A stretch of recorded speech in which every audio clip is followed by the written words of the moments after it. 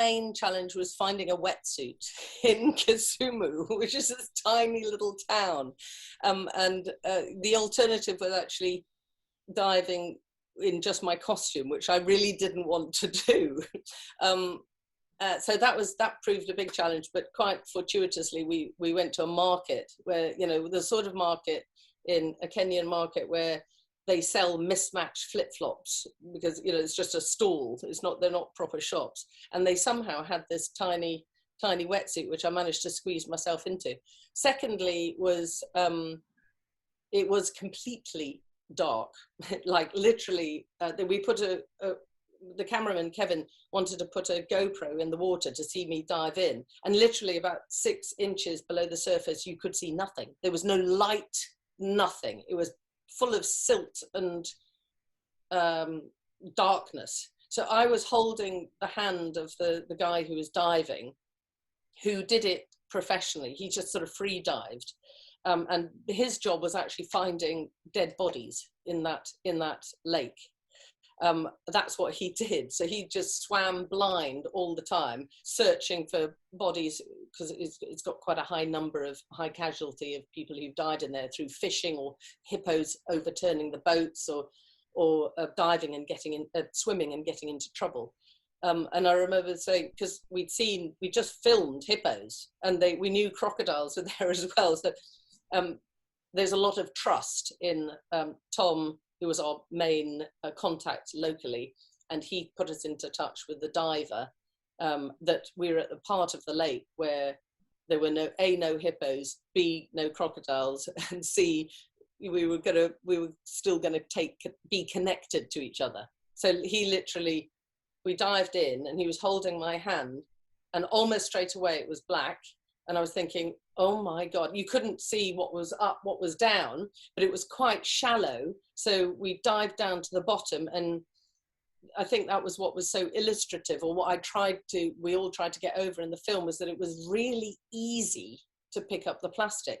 It wasn't like I had to be this superb free water diver and hold my breath for 10 minutes and then dig around it. You literally, I held my breath, and each time I was thinking, I can't see a thing. Am I near the bottom? Oh yeah, there we are.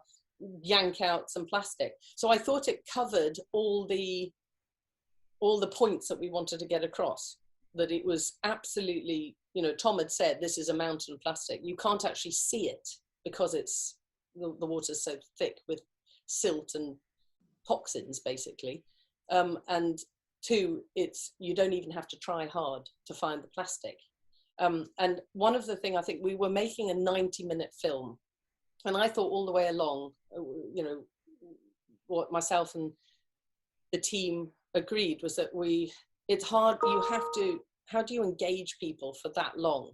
How do you keep them interested?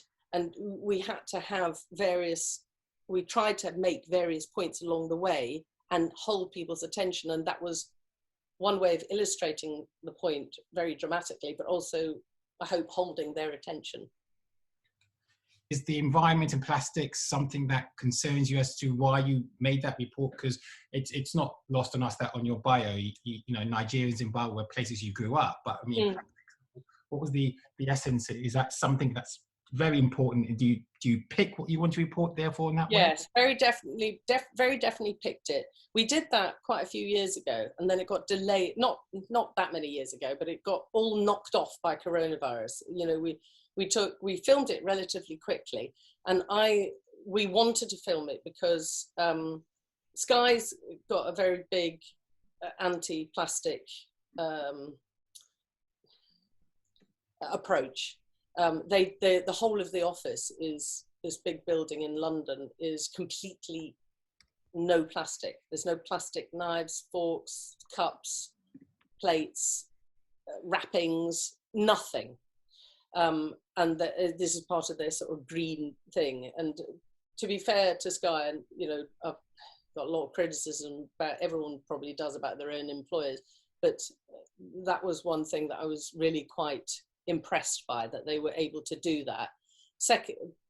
Secondly, as you rightly brought up, I was brought up in Africa, and a lot of countries in Africa, well, probably the whole continent really, it's very difficult to be, they're the recipients of everything. They feel it all, the effects of what's happening in the more industrialized, the more, you know, old style first world countries.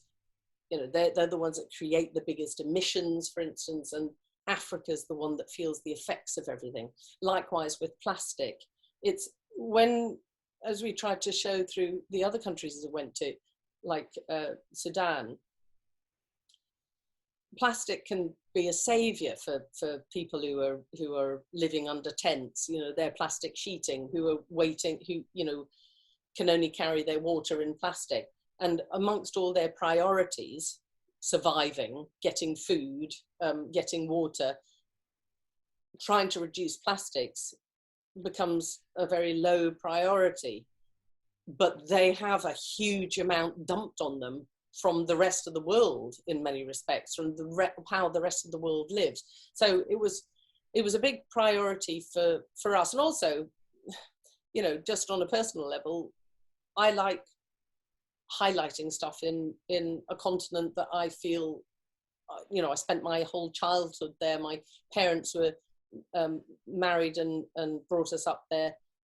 My children then went to school in parts of Africa. So I love traveling and highlighting the issues there. There's no doubt about that.